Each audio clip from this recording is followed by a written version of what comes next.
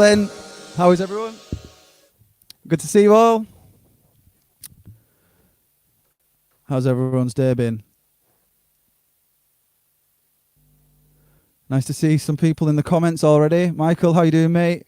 Steve-O? Craig, how you doing? Imran, how you doing, man? We've got Amy. Good to see you all. How you doing? Have you had a good day? You enjoyed the sun?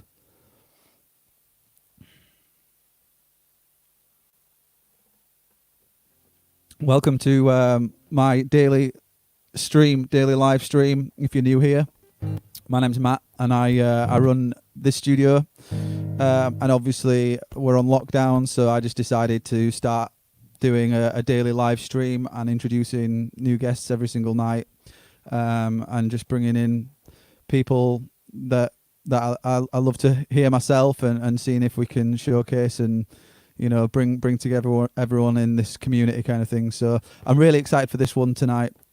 We've got Rob Bradley in the backstage right now, warming up.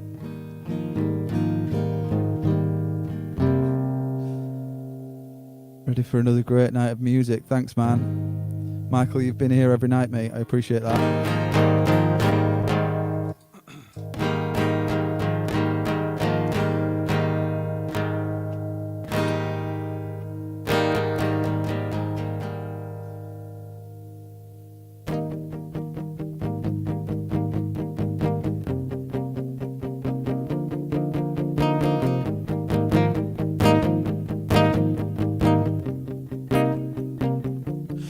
So scared of what I become. Sometimes I don't know who I am. Yeah, I know I'm about to lead up, but I'll call them in the morning when I wake up.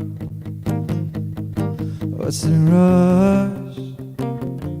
And I'll lie and tell you I'm fine, but really I'd be dying inside. And I couldn't wait to crawl back to bed, just to hide away. I close my eyes and forget. What's the rush? So get a hold of yourself, 'cause it ain't worth it anymore. No, I know, oh, oh, I know, 'cause I can't do this on my own.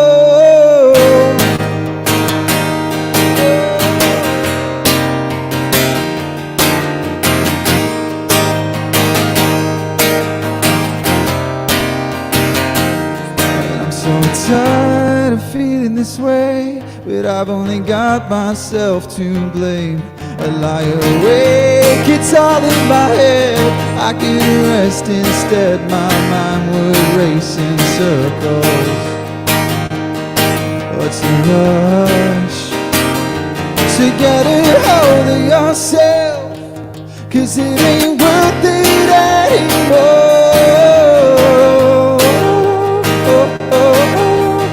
I can't do this on my own.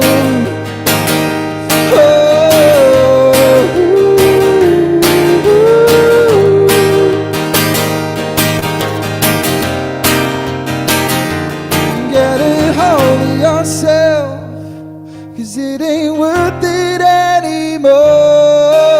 No, I know, oh, I know, 'cause I can't do this on my own.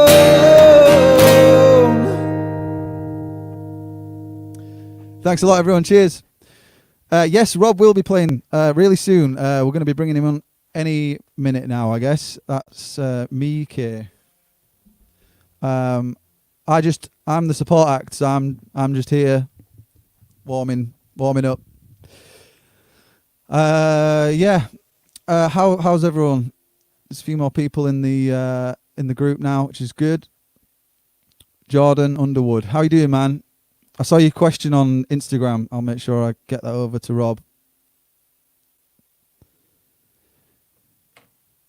If you have any questions for Rob, just bang them in the comments in the chat, and I'm sure we can get them answered.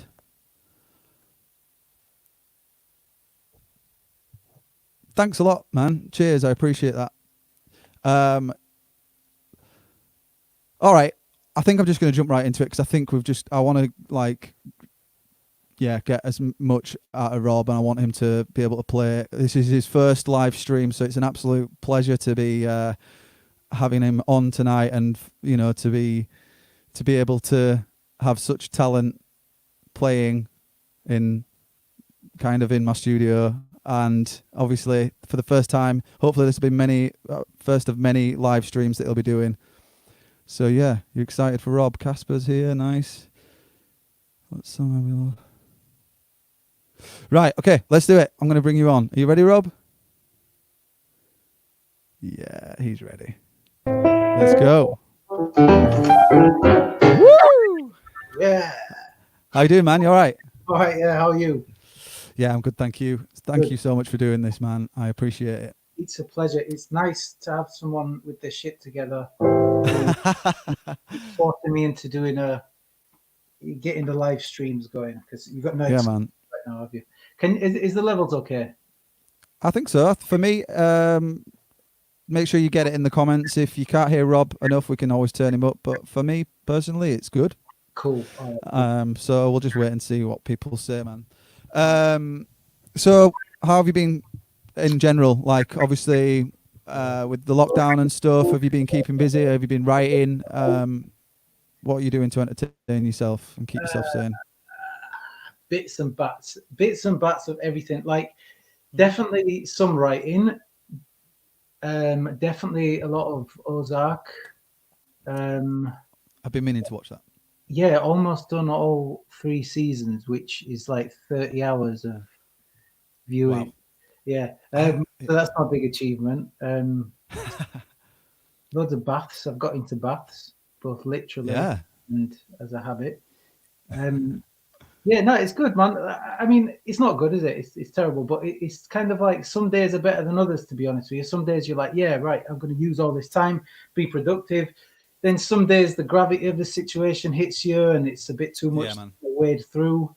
And then some days it's all a bit surreal for me, to be honest with you, because like as it is for everyone, but I'm kind of living now at my girlfriend's mum's in Doncaster, and I was living previously with my girlfriend in London, but as everything kind of shut down, we moved.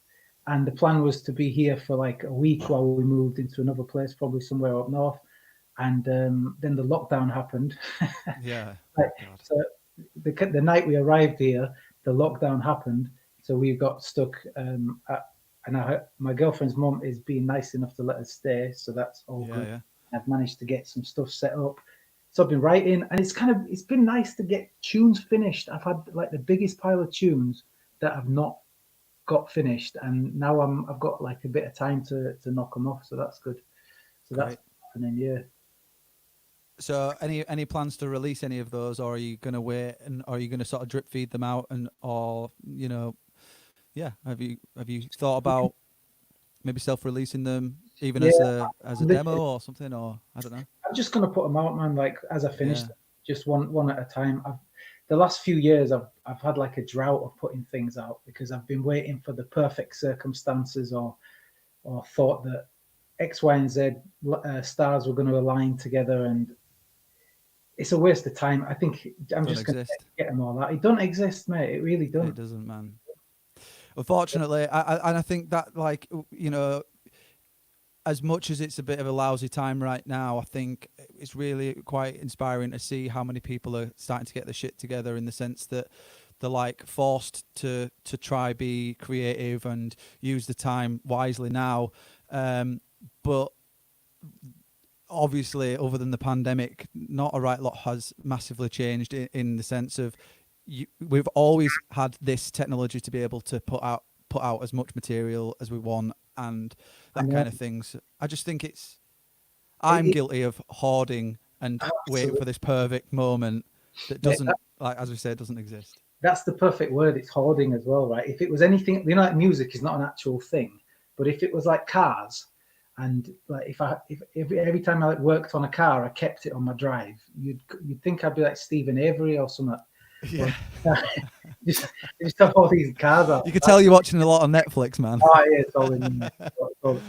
To be fair, I'm reading quite a bit and Yeah.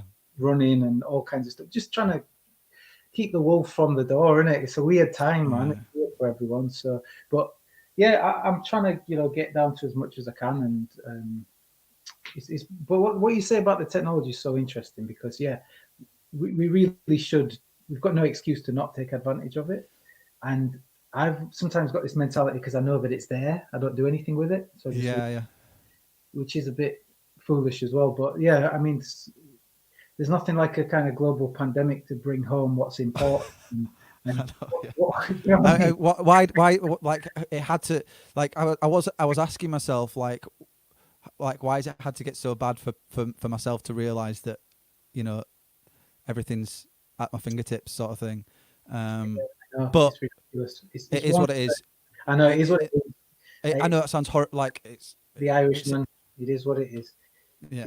No, but go ahead. Sorry. No, you go ahead, mate. After you. I love it. It's one of them awkward news interviews, isn't it? This is me and you were on about maybe playing a song together, and we could barely even spit out any sentences. I know exactly. Yeah, it's on beat, on the off beat, but we caught each other on it. It's like, I can't even remember what I'm going to say now, so it doesn't matter. That's how important it was. I think the fact that like this is your first live stream, and I genuinely mean it. Like I'm really looking forward to seeing many more from you, and even like when we were talking earlier on, and you were saying, "Oh man, I could maybe introduce like some track and introduce Logic and step it up, and you know, the sky's the limit, man. You can put out as much material as you want during this time, and it's true. I've never geared my mind to think about that. Like I always love playing in front of people, like audience. Yeah. You know, where you can feel the energy in the room, or you can see people's reactions, or like you can. It's kind of a real experience, which is what music's meant to be. Now, the thing I've always overlooked is how you might still be offering that experience to someone, but it's just through the screen. But it's absolutely just you can't see it firsthand in terms of an audience. So that's why I think I've never been that interested by it. And also, when we were chatting earlier, that little thing about perfectionism, and somehow if you commit it to technology, if it goes on a screen and you press record, you want it to be perfect. But if you're in flesh, you're okay with just letting it be in the moment because absolutely things happen. So it's kind of just getting past the idea that just because it's recording or just because it's going out to the internet, that it's not a real moment as well. So I mean, it's one of the many millions of things that this kind of pandemic, all these kind of unintended side effects of it, like it's changed, it's just shifted the paradigm, hasn't it, for everyone? Absolutely. Unless you're one of them idiots just going on like it's not happening, and you're just well, there's a few of them, but I think the majority of people are adhering to the rules and stuff, But it's funny you mentioned that, like as soon running a studio and seeing it all the time, when people get that red light syndrome thing where as soon as you hit record, like you'll do a take, like warming up and stuff, and they'll absolutely nail it, and then we'll finally going to the first of many comps and stuff, and then they just panic. But if you were to put them in a room full of 500 people, they would thrive off that, the energy and the whole kind of any mistake becomes part of the show. It's almost part of the charm, really. There's something I've always I've always loved about like freestyling as well, and being in a situation like where you have to perform. So like that energy of like right, you must kill it now because there's people looking at you. If you're in like a competition or you're on stage and you're claiming that you can freestyle, like I grew up with hip hop in a like ultra competitive environment, and it was all about like, don't say you can't do it if you can't do it. Don't say you can do it if you can't do it. And but I always thrived off that.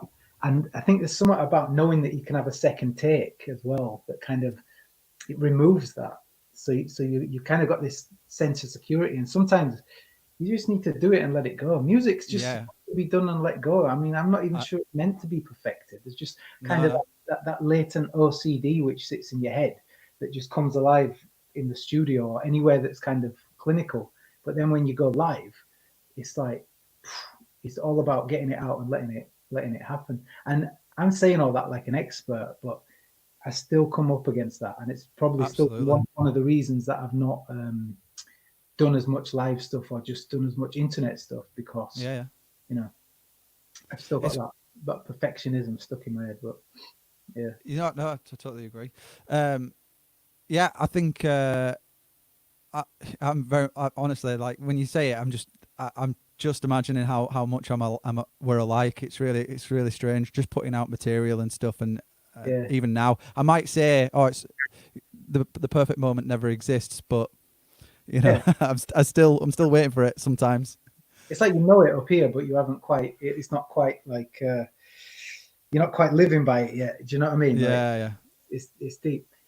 So the new material, the stuff that you're working on at the moment, sort of in the background, is this is it similar sort of vein to what you've put out recently, or like, you know, or are you sort of trying new things? Are you what's kind of going through your mind at the moment with it?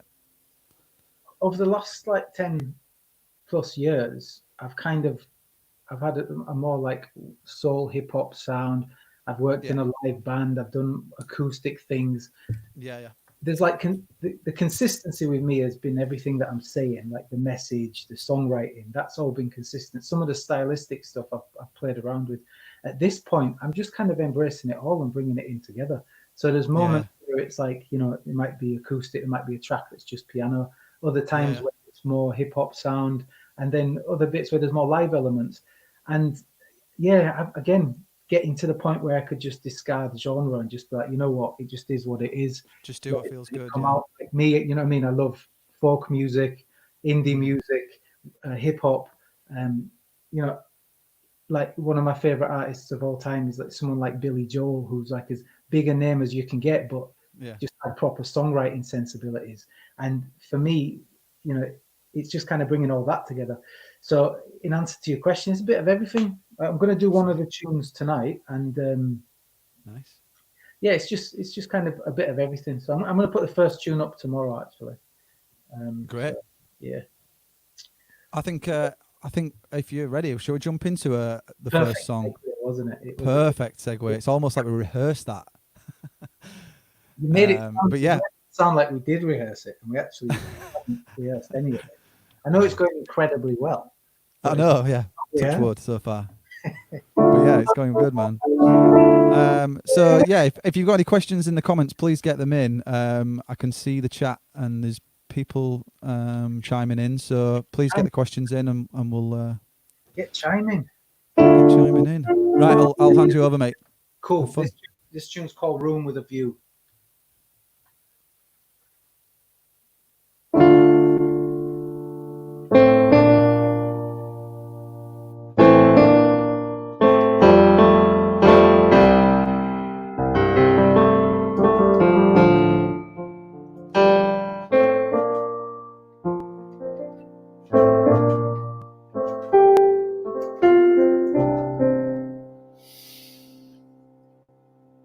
They say life is what you make it. Enjoy or endure it. Sorry. They say life is what you make it. Enjoy or endure it. Nothing is for sure except one day there's an end to it.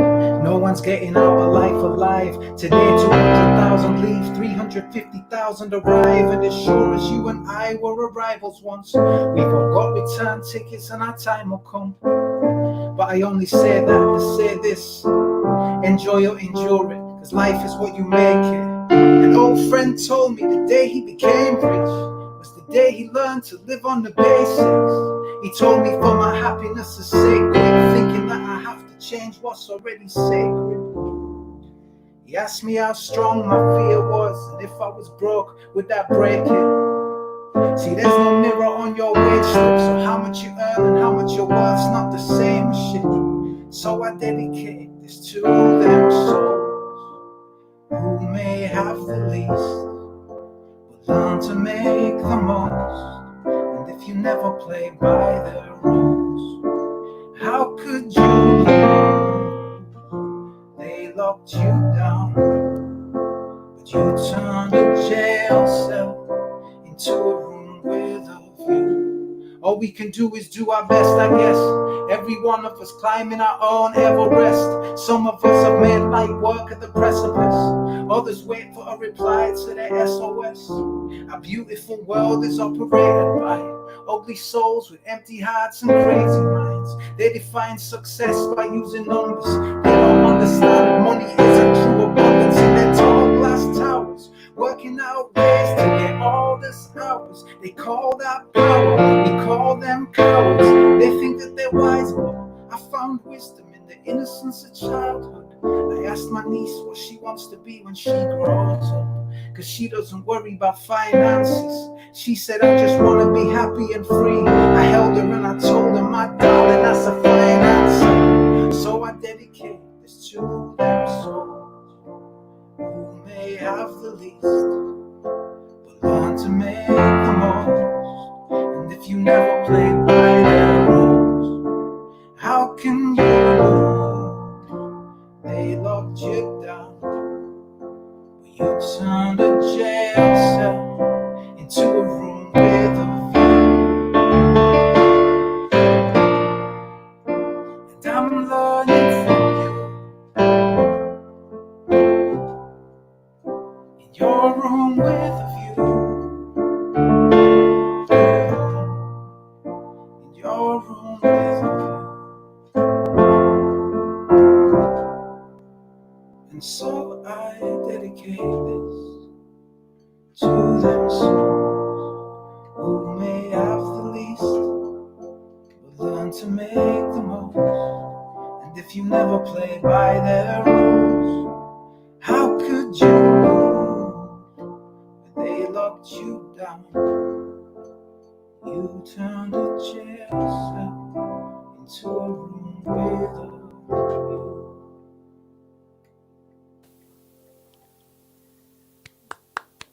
Woo! The crowd goes wild. Nice, man. That's beautiful. Sounds so good. That's the first time I've played that on the keys as well. I was just learning that just before we started the call. So sounds great, mate. We've got that nice and finished as well. So that I'm going to upload that tomorrow as well. Oh, brilliant! Nice one. I'll look forward to that. I did put your socials and stuff on the screen, so for those of you that aren't already following Rob, please make sure you do. Show some love and support, and obviously check out that song. They'll be dropping tomorrow. So yeah, getting a lot of love, mate. People saying they're loving the vibe. Beautiful song. All of us climbing our own Everest, loving the lyrics. So one of the questions on Instagram was from Jordan Underwood. If you'd like to jump into a couple of questions, by the way. No. Okay, right. Well, he said your lyrics are always so deep. Is there a lot of pain behind them due to past experience, or do they just flow straight from the brain, or both? Deep question. Deep question. Pain. Interesting idea. I think that seems appropriate. Pain chords. Oh, by the way, when we were messing about jamming together during soundcheck, you turned the keys up slightly, didn't you? Do you want me to do? Yeah, are they too loud? Just turn them slightly down again, just a touch. Yeah, man. You're right. Sweet. But yeah, back to the pain. I think it's like it depends on the song. I think I can only write the kind of lyrics that flow out. Yeah. And I try and encourage other people to write lyrics which just flow out,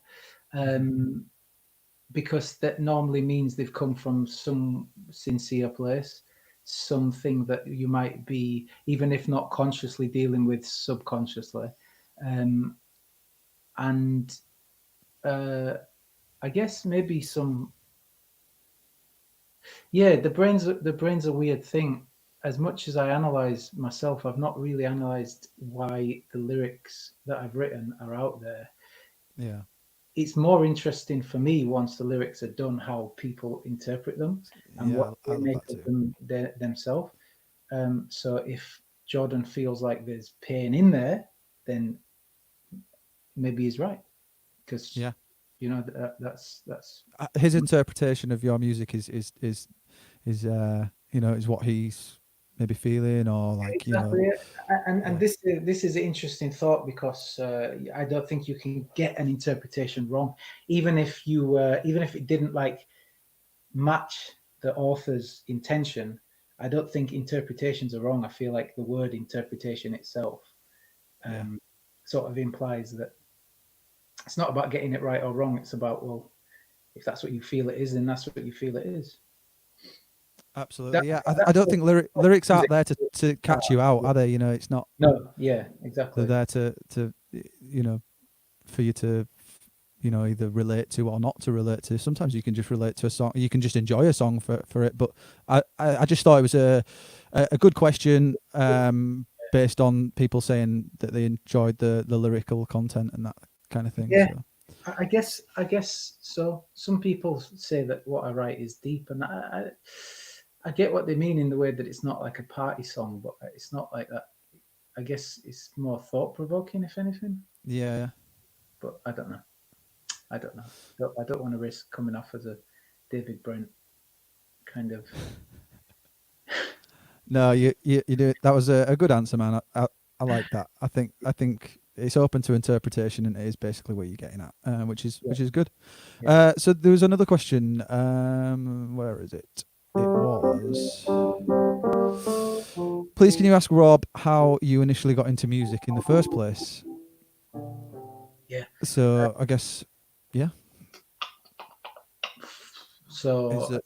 as everyone in it, as a fan, you begin listening to stuff, and then teenage years, kind of like when I remember when I was about 8, I used to write poetry, and it was always rhyming poetry. So it was like in school, they would kind of encourage the poems that I was writing, and then I Yeah, stopped, and I kind of did that for a year or two when I was a kid, just as like your hobby. You know, when you're a kid, you just do stuff. I'm trying to tap yeah, into that now, of that kind of like when you're a kid, you just pick stuff up, you just paint, or you just like do something. Especially kids that grew up in our generation, perhaps there was always just something different to turn your hand to. yeah, Um, so anyway, I was doing that. That was like poetry was one of my things. So it was, then when I got like 13, 14, and it was the music that I was listening to and my friends was listening to, and I kind of just realized that I loved this music. Like it really, really spoke to me. And I used to write out those lyrics, other people's lyrics, to just to try and break them down and understand them. Oh, nice. And then I started to write my own. Yeah, it's great. Like I remember there was a point when I was about 12, 13, and my brother had found I'd written out some Snoop Dogg lyrics, Yeah, and they were all like about hoes and bitches and smoking weed at parties. And I'd yeah. hidden the lyrics down the. Relatable. Yeah, yeah, exactly. Just what I was going through when I was 12, because like Yeah. I was a 12-year-old gangster rapper Hmm. from LA. So my brother had found these lyrics and he was reading them back, and he was like, "Rob, is that you? Yeah, is that your life?" Sort of laughing at him. And that, I guess, that kind of ridicule or kind of made me think, even though I was just writing out Snoop's lyrics, that momentary ridicule kind of nudged me and said, "Write your own thing, be yourself." Yeah, yeah. So when I was 15, you'd be so amazed, and I might put this online one day, but some tunes that I've gone back and listened to some stuff that I wrote when I was like 15, 16, and it's not even that different from what what I do now. There was some shit I that I definitely was, think you should put it out there in the world. I really do. there's some stuff. Once I shed the American accent, because obviously I start rapping with an American accent, and once I shed that, there's some stuff that I was saying. I was like, I listen back to it now, and I'm thinking, how did you write that when you were 16? Like you've not even lived enough yet, but Yeah, yeah. maybe It's taking so much, absorbing so much information from what you were listening to, and taking probably their influence and their life experience, and maybe turning it into like something tangible for yourself to talk about. definitely, and that's one of the reasons I actually saw so much value in listening to rappers from a young age, which was like, even though I couldn't, um, It's what I was hinting at with that Snoop story, is that even though I couldn't live the life that they were living culturally, the underlying things, the underlying principles underneath them, like I could attach to them. And that's, I think, what, most people do, isn't it? That's why rap music is such an incredible art form, because it's like, it's the meeting of those two worlds for a lot of people. It's a life you're not living, plus a deeper principle which you probably are living. And those two things, gangster rap has got the same appeal as like Scarface gangster films for that reason. Everybody can relate to wanting to be the best. Everybody can relate to wanting to build an empire and grow and be successful and have everything. Yeah. But not all of us are Tony Montana. And you kind of live vicariously through that music. Anyway, tangent. So when I was about 15, I started to write my own stuff, like I said. And the very first day that I realized you could record vocals on top of a beat, I used this, I don't know, do you remember a software called Cakewalk? I don't. No, this was like before I got into using Fruity Loops. So Cakewalk, it wasn't even popular then, but it was the only thing I could get my hands on for free. And you could record vocals on top of a beat, and it blew my mind. I was just like, fucking hell, this, as if you can do this. It's just changed the game for you. But it just, honestly, it absolutely, like, I see it, because when I work with kids and I see it and they come in for the first time and then they record on a track, you can see it. And I'm like, fuck, I remember it. I remember that. So you still have these demos then? Some of them? I kept them all. I've got... What I honestly think, when you start live streaming and you're doing that, some of the days, obviously play music and do your thing, man, but it'd be so cool to see you break down those ideas and those songs and talk about it, and then maybe play a little bit of it, through the screen. And I'd absolutely love to watch that and hear it play out, and I think that'd be really interesting. Yeah, do you know what? I will then. Good, there you go. There's a great idea. It's really interesting, like this idea we have with music and time anyway. So, like, if you made something 10 years ago, is it no good? Is it not as valid? Yeah, that is strange, actually. I've never really thought about it like that. It's really strange, because it's the music industry which has forced you to think like that, with its constant pushing of what's new. So you've got to come up with something new content. The internet has gasoline on that, and it's exploded. Always make new. And I will always make new if there's people who want new. But at the same time, that don't mean that the old stuff is any less relevant or any less important. Do you know what I mean? Absolutely, man. Yeah, I love that. Everyone's calling you Snoop Robbie Rob in the... That's nailed it. Exactly. Would you like to play another song, man? Yeah. It comes... Whichever way you look at it, it comes off like a hint, doesn't it, when I start playing keys? No, you did warn me. I know you warned me. But I'm hearing you play the keys and I want to hear a song, so I instigated it. Okay. Take it away, mate. This is this town. This is all about Huddersfield, West Yorkshire. Matt, where are you from originally? I'm from Leeds, Stanningley. Stanningley. Don't know it. No, yeah, sorry? Don't know Stanningley. Not far from Pudsey. Not far from Pudsey. Cool. All right, cool. This is all about Huddersfield. It's all the same shit up there, to be honest with you. Huddersfield, all them places, Dewsbury, Murfield, they've all got that same feel. And this tune I wrote for everybody up there. See, I was born and raised in a place that's sort of strange for a kid to want to grow up to rap and perform on stage. I hear them say I got the wrong idea. They don't shine too many spotlights here, but let me tell you about this town I was raised in, renowned for its stadium that sits in the center of a council estate. So when the crowds come to games, they get to see what the mayor is both proud and ashamed of. In Huddersfield, West Yorkshire, the less fortunate live right next door to the rich who swim in it while the poor just tread water. So whether it's your next bit of weed or your electricity, we're saving for the next quarter. Groundhog Day, and the only way you could stop it is find the tallest building round here and jump off it.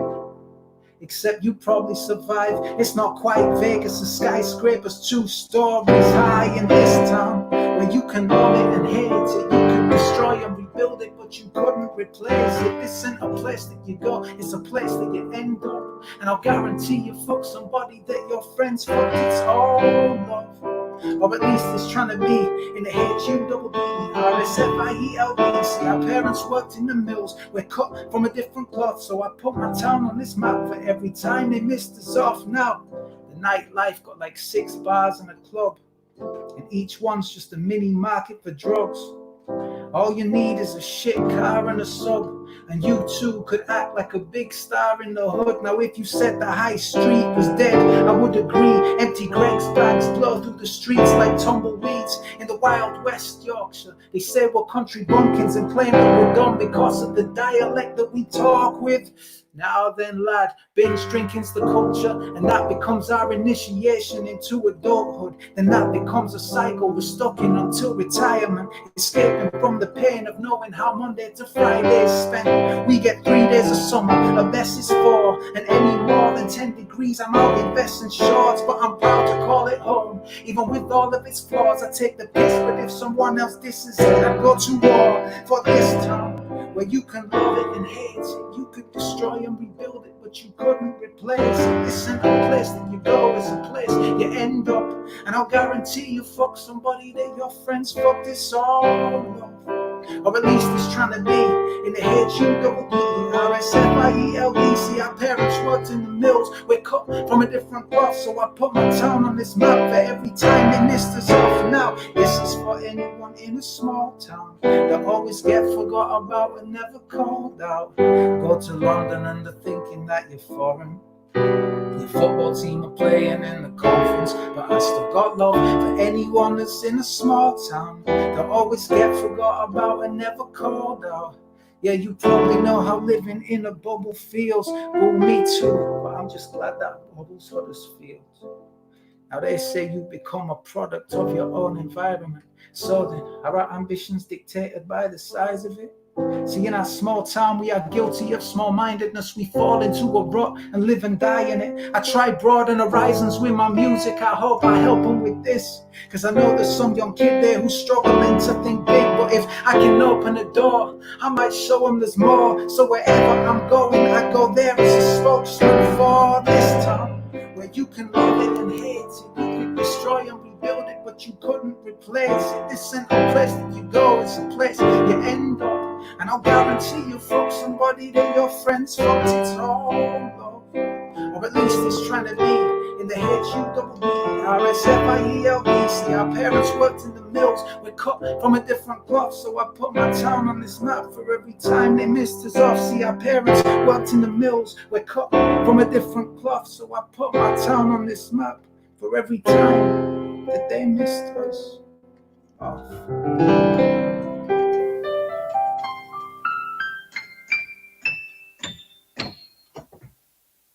Yeah. Keys. Yeah, exactly. Yeah. Brilliant, mate. Love that. Mm. Sounds incredible. Smashing it. So, you are you primarily playing solo at the moment? Have you got a bit of a band going, or at least before? Let's just pretend that this ain't going on.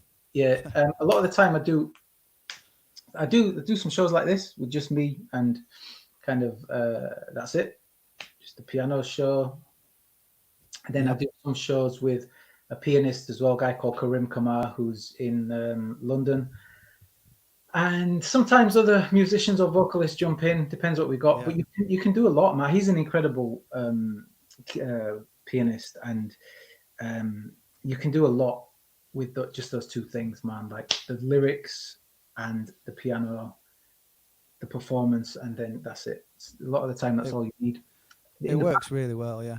I was binge watching a lot of your content online today as well. I watched. I previously I'd seen a lot of on Sofa stuff many moons ago, but just to go back and listen to it and just thoroughly enjoyed it. I love the full setup with the cajon, the keys, and the harmonies and all that kind of stuff.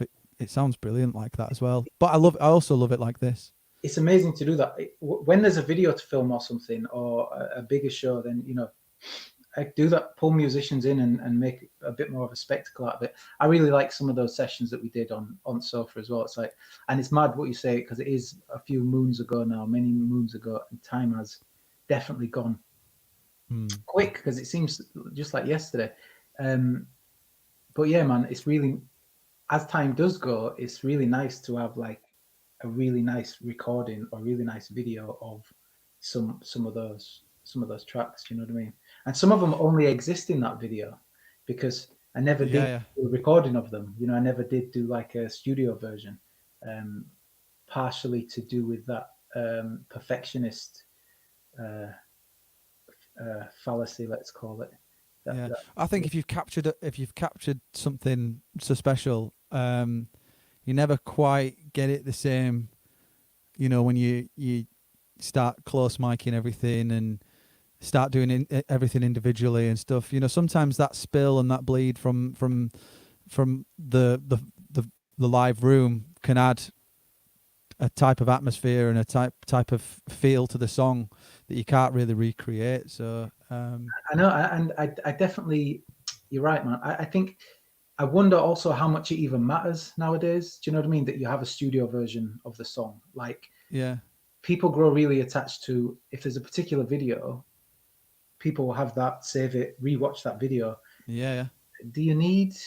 Do you know, with some tunes, it's like literally, I've got tunes where I've tried to make 15 versions of a song, and I've liked them, but I've not like loved them. Do you know what I mean? And then I look at the video that I've done for it, and I'd be like, it's just there. It's just there. What's the point in trying to recreate it? It's just there.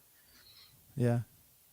I agree. So the content that you've put up, have they changed that to have they changed all the on Sofa stuff to Rob Bradley? Because that was under the name Jack Flash originally, right? Yes, a lot of it. Yeah. So I wonder if they've changed it over, because someone's saying no more on YouTube. I'm assuming he's maybe searching Rob Bradley and maybe it's coming up with Jack Flash. Yeah. They're no more yet. So basically, I've asked a lot of people, when I decided to change my name, I asked a lot of people to go back through the videos and just put Rob Bradley in brackets, just so like, with changing my name, there's been no attempt to get rid of the old stuff that I've done. It's more about just moving forward. And in some ways, algorithmically, I've definitely shot myself in the foot. Do you know what I mean? Like, I kind of do get messages off people saying, "Are you Jack Flash? We've been looking for Jack Flash. Don't know where he is." And that's good when they found me, but then it also makes me wonder how many other people. Yeah. So in some ways, I mean, I've been wanting to change my name since like 2013. So I knew I just had to do it, and there's no good time to do it because it was just a niggling thought that wasn't going to go away. So yeah, we just kind of hope it all finds itself. And I think at the end of the day, you've got to go with your gut and do it for you, and then if people want to come along with for the journey, then amazing. But I think you'd be doing yourself a disservice if you weren't, you know, if you continued under a brand or a name or something that you didn't wholeheartedly believe in, you know, just for the sake of numbers on a screen or exactly numbers in a room. That's what. So I think amazing, mate. I think that's awesome. How strict are you when it comes to time? I realise we're going up to 45 minutes. I forgot to mention actually, I've been running over every single night, so I've been doing it for about an hour. So if you're happy to stick around, and we'll keep going. Yeah. As long as we can work out like a reasonable overtime rate, and we'll sort all that out afterwards, mate. Yeah, don't worry about that. Yeah. You can just sling us another tenner.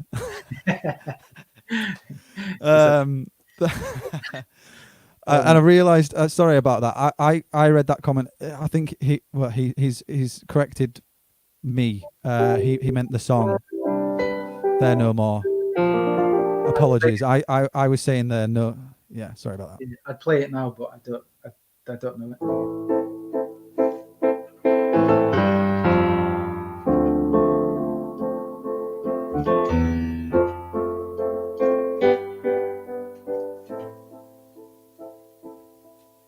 He had it all. The perk does it. That's all I've got. So, you lured me in and everything. I couldn't attempt to play the whole thing now. I think I rehearsed it about 4 years ago, and then I've not touched it since. Yeah, I mean, look, the way I feel about it, because I woke up not so long ago and thought, man, you know, why have I changed my name? Like, it's my brand. I should stay with the brand, and you know, and I was like flip flopping on it, and I've settled in the place. You know, my girlfriend's helped me. She's like, no, shut up, just you're going forward. That's it. And it's true. Like, you know, it's very much like, this is what I wanted to do. You know what I mean? It's like anytime I get frustrated about it, I just think it's only the algorithm. You know what I mean? And it's like, as long as I work hard and build it back up, there's zero reason I can't get as many followers or double or quadruple the amount that was into me in the first place. That's just a commitment to my work ethic. Absolutely. How much I wonder how long a transition it took you to decide to just take the leap. You know, from Jack Flash to Rob Bradley, that you'd kind of be a little bit further on the journey. You know, that bit of procrastination. But you know, I think it all has to line up at the same time. I think it you know, if maybe you don't know where you'd be, it's there's all kinds of things running through my mind now, thinking like, oh well, what if, you know?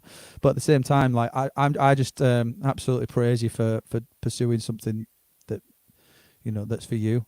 Well, cool, I really do appreciate that. And then I think, what you're doing, you're in the middle of a global pandemic. Who gives a fuck?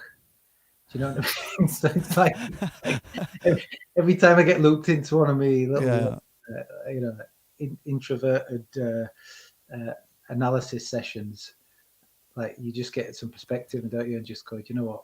It's really not that important. And you know, like this, I'm not being soppy here when I say this, but like, you have to really question what the purpose of music actually is anyway. And it's not about the musicians. I mean, the music industry is all about the musicians. It's all about, but the music, the purpose of the music is for the listener to have a transcendental experience, right? That's the reason music exists, right? It's the reason music is tied to religion. It's the reason music is tied to sport. It's the reason music is tied to movies.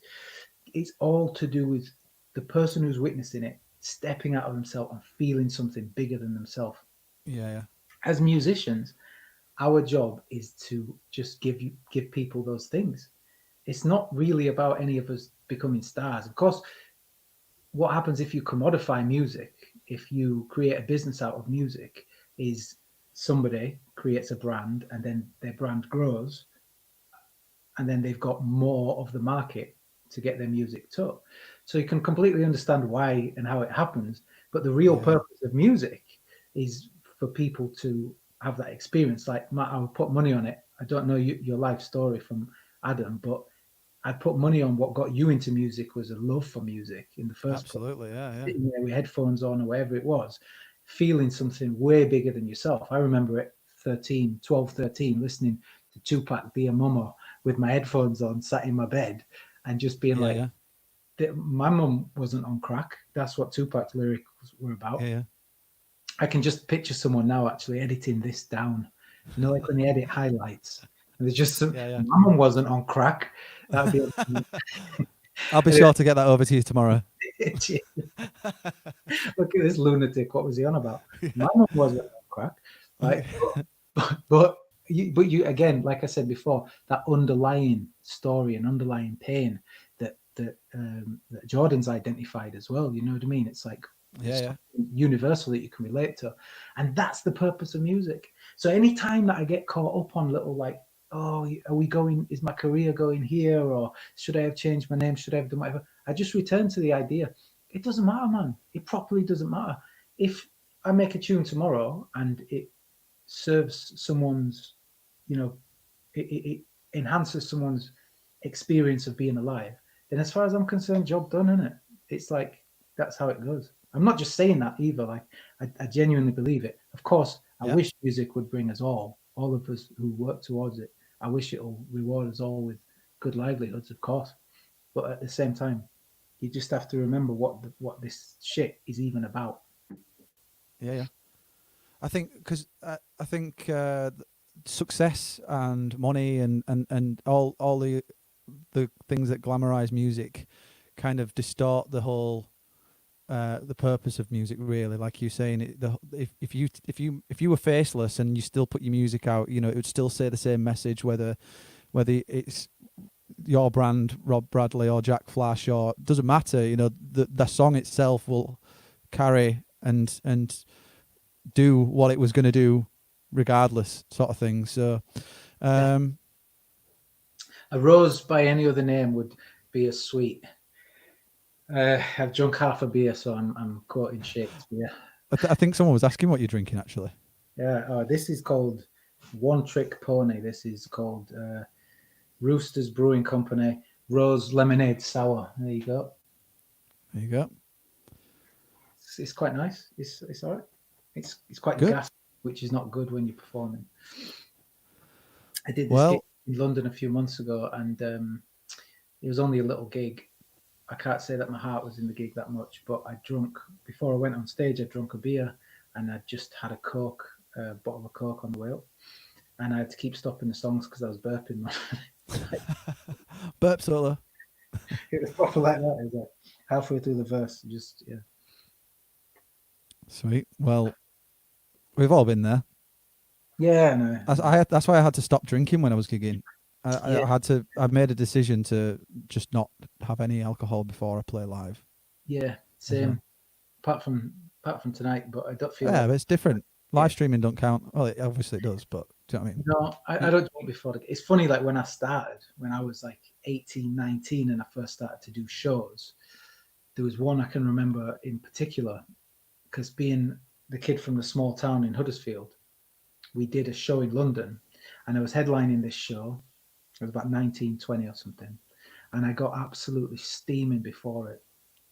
And it's like I don't remember any of the gig. I remember being on stage thinking I was, you know, performing well, but really, when you look back, it was like, what an unprofessional idiot. And drinking before the gig, it's like, it's not good. It's like that collision of social life and professional life that, like, no, it took me a while to decipher that what you have to be professional about what you do as well. Yeah. Yeah, it took me a bit of time as well. I used to bloody fall over and stuff. Like I'd just get silly wasted and fall over on stage, and then I'm like, I wouldn't do that in front of people. Never mind on a stage. Like, why am I doing it there? You know? I know. Yeah, it's like you'd be embarrassed if it happened in front of two people, but people watching you're cool doing that. It's like, right, let me just turn this light on because. I think you should do another song, man. If you've got any questions in the comments, please get them in now, because we're going to. We're not in any rush to wrap up the show, but obviously, you know, we want to make sure that it's entertaining and stuff, and we're not just waffling on. So get any questions in. We'll play another song, and then we'll just see where we go from there, man. Yeah. Yeah, that's cool. Now, this song is called "Getting Older," and it's a whole story that. It's a whole story. I play this. I visit loads of schools, and I play for kids of all ages: primary school, secondary school,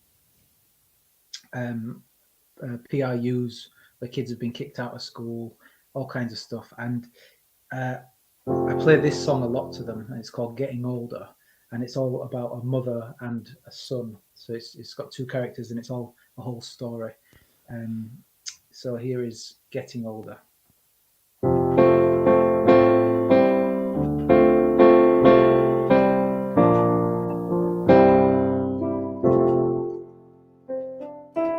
7 years old, he was king of the road when he rode his BMX bicycle on his own, and she chased after him, proud and concerned. He pedaled with all he had and remembered all that he'd learned. She shouted, "Brake before you turn," but he just wanted to make the rubber burn. With no stabilizers or hands on his shoulders, with sheer joy he yelled out, "Mom, I'm getting older." At 15 he was growing up fast, talking back, smelling the smoke and growing a tash. And she was working overtime and had a short fuse. He wanted more freedom, she wanted more rules. He'd fallen for a girl and had a chance to stay alone at her place while her mum and dad's away. She said, "No, you'll come home like you're supposed to." He said, "I'm not a little kid, Mom, I'm getting older."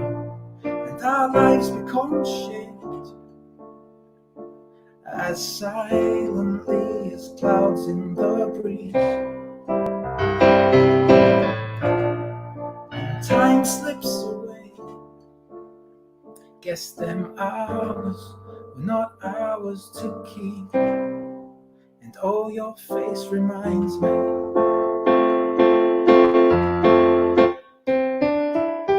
At 21, he was ready for the world, eager for success, independence, and for girls. And she helped him pack his bags when he moved out and drove him 200 miles down to his new house. Bubbling with anticipation, he unpacked. She said, if you ever need to, you could come back.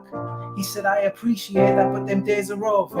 I need my own space now, Mom, I'm getting older. Then at 30, he found himself stuck, single and broke, with his career in a rut. And she listened while he told her all his woes, with a patient ear for him while they spoke on the phone. She said, you know, we finally paid off our mortgage so we could help with rent if you have a money shortage. He said, nah, I should be a homeowner and I should settle down now, Mom, I'm getting older. And our lives become shapes as silently as clouds in the breeze. And time slips away. I guess them hours were not ours to keep. And oh, your face reminds me.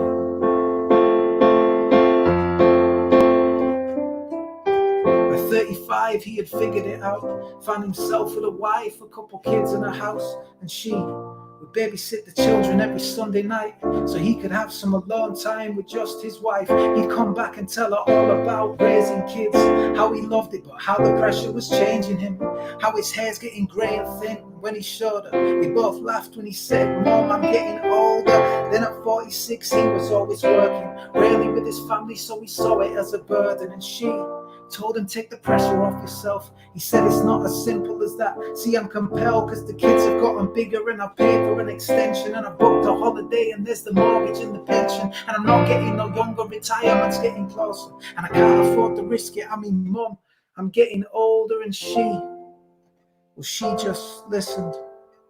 She always did, but now she's lost the vision. So listen is all she could do these days. She smiles and lines consume her face, and her body's so frail, her hair's gone bright silver, and there's 10 conditions she takes pills for. And she said, we have come so far, and I know you're getting older, my dear, but we all are.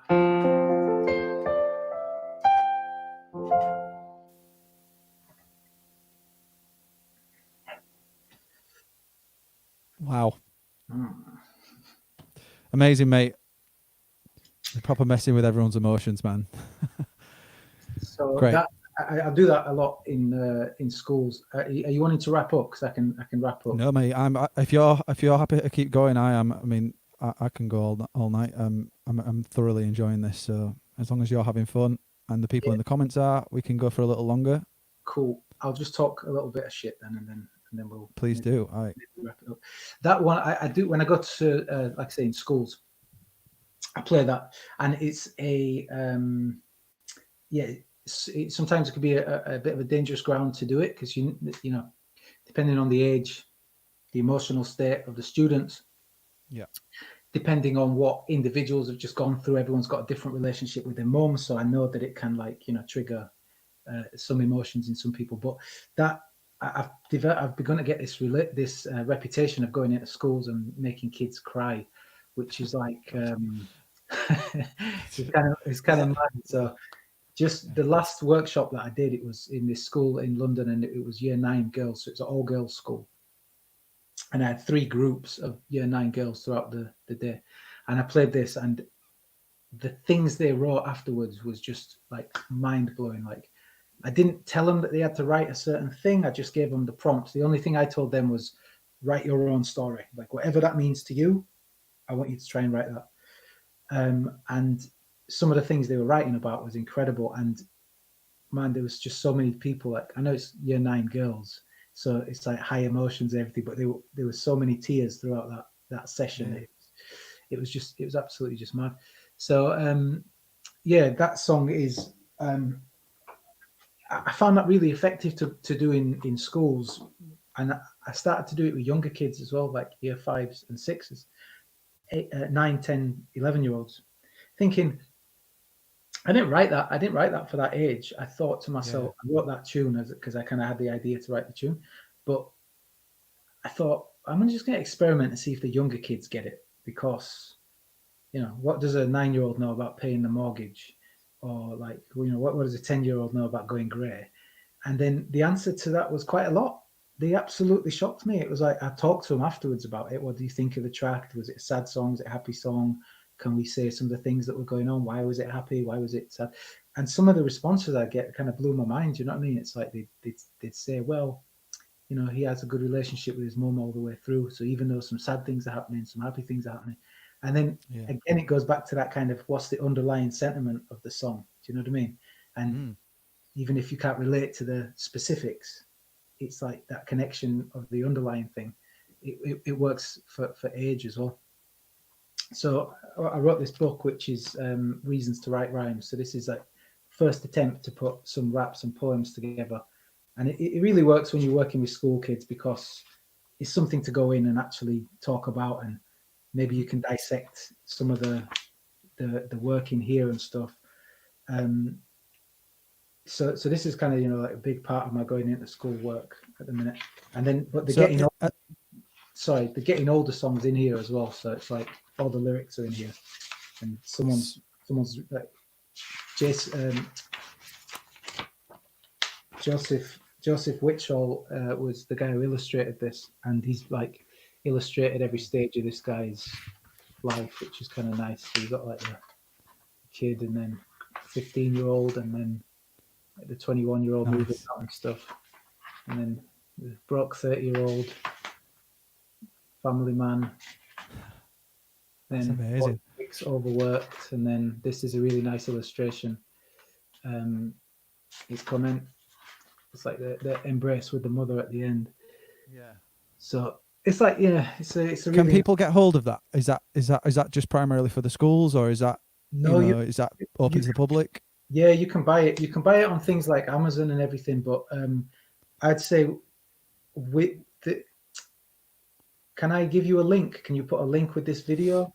Yes, I can. I will put it in the... I think I put it in the email that I sent you, actually. I think there's a link how to buy it directly from me. So if you buy it directly from me, I'll sign it for you and I'll send it out. And I'll rub an antibacterial thing all over it as well.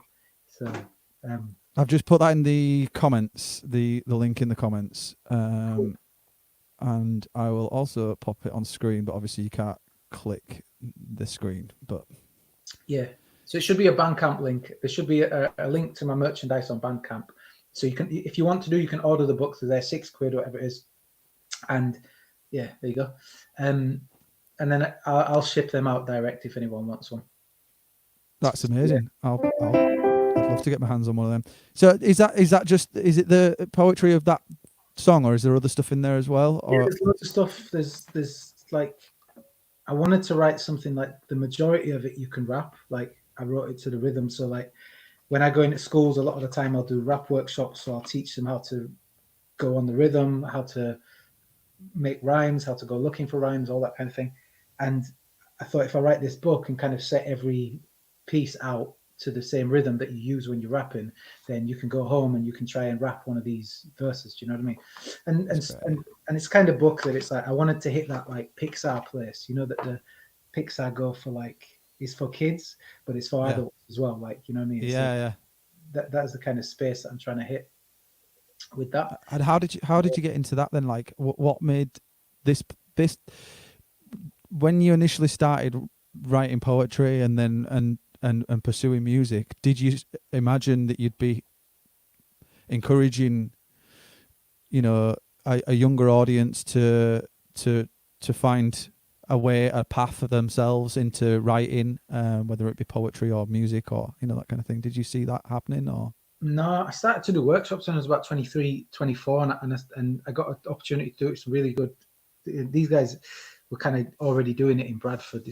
This group called Pipeline Productions, like Philip, Charles, and Marcus, and XP. They were out there doing it, and I kind of came and did some workshops with them. But I was about 23. I didn't really get what I was doing. I was kind of doing it as a job because I thought it's a cooler job than going to work at Tesco, whatever it was, which I'd done like the year before. So I'm not being a snob, but like, but I didn't really get what I was doing, so it didn't last. So Phil went off and built this whole school by himself and didn't do as many workshops, and then I didn't carry on doing workshops then. I just kind of got on my mission and started to push my music a bit more. But then when I got a little bit older, it was like I got the opportunity to go into a school again, and all of a sudden I could see the value. I was like, oh shit, yeah. Like, imagine if I was a kid and this guy came in and he was actually like a legitimate artist who, and he was open and he told us the truth, and he was just like, and I kind of thought, I get it now. Like, it's all about giving back. It kind of goes full circle. You know what I mean? 100%. Yeah. So I massively enjoy that. And it's kind of it's another, again, I'm not playing the invisible violin, but this is one of the things which is upsetting about the lockdown situation is, not being able to go out to the schools and work with the kids as well. But let's if after we finish the live stream, I'd love to maybe knock our heads together and see if we can make it possible, because it would definitely be possible to do some form of a campaign of some kind to be able to do what you were doing on a face-to-face level with the kids and stuff through a digital platform. Yeah, that would be great. Let's knock our heads together afterwards and stuff. Yeah, but I think that's for another time. Sure. I think there are a few questions in the comments. 1 second. All right, let's bang these questions out then, and then let's go. Let's go. Oh, so there was one. The Love the Verse Day series, the Verses. First day, yeah. Yeah. Are you planning on releasing an album or any new music soon? Obviously, you've kind of touched on that a little. Just album. Loads. I've done 85% of the album. Now I've got the songs. I don't know if I should release them as an album. I don't know if I should release some songs and then call it an album. But I've kind of got some of the stuff you've heard tonight is on what I've got planned as the album. It's got a concept that runs through it. I want to do it. It just yes is the short answer for sure. And then just more new music. So like I said, tomorrow I'm going to put out Room with a View. So that'll be the first thing that I'm going to put out. And then I just hope to keep dropping songs upon songs, because I got amount of music is never going to be my problem. It isn't. That I'll always be able to find, I wonder if this would be so someone's put in the comments, be honest, did you nick any of the lyrics from the kids, and is that why you probably won't run out of material? Spot on. That's it. You've got my we've found you out. That's it. I shouldn't have done this. I should not have done this. We're on to you. Knew I was right. Avoiding these. Yeah. Honestly, you're getting so much love in the comments. People saying they're loving the piano and the lyrics and the performance. It's absolutely brilliant. And people are saying that they're going to order themselves a copy of the book, which is amazing. I love the fact that if nothing else, this has created a platform for people to meet you and know who you are and that kind of thing. And I can see everyone's thoroughly enjoyed it, which is awesome. Cool. I appreciate it. It's nice. I've really enjoyed it. It's kind of I can really see what would happen if you do more of this and you create a bit of a community. Community. That's the word. Yeah. Community. Yeah, man. I think you've got. I think we've touched on a few things that I would, as a fan, would personally love to see, like you dissecting those older tunes and breaking them down. I would really love to see that. So maybe there's an idea for you, and at the very least, just seeing you perform your songs, because I've thoroughly enjoyed it tonight, man, and I appreciate you coming on into the studio and doing your thing, man. we should say we tried to do this, didn't we, in person? We did, and we couldn't get a date right. So that was a few months ago. So it's actually nice to do it in this way, actually, because I heard, I don't know how much truth's in this, but my wife was saying that they're potentially starting to loosen the ban a little and going to start allowing small amounts of people to see each other. I'd love to, get you in the studio and we'd do a live stream out face to face from here. I'd love to get you in for that once it's safe to do so, and obviously rules and whatnot. We will follow all the health and safety rules and everything, but I'd absolutely love to have you and maybe some other musicians. And in all likelihood, I'm going to be in the north as well, which will be a lot easier. Ideal. So, 100%, man. Just like I say, sweet. I'm sure we're going to stay in touch now on the back of this. I hope everyone has enjoyed themselves. I hope it's not been too much rambling. I've had 3/4 of a beer now, so I brought the small cans as well. So 2 pint apparently. Look at that, 2 pint. So I've definitely had 1.5 pint, and and yeah, that's me now, out for a week. So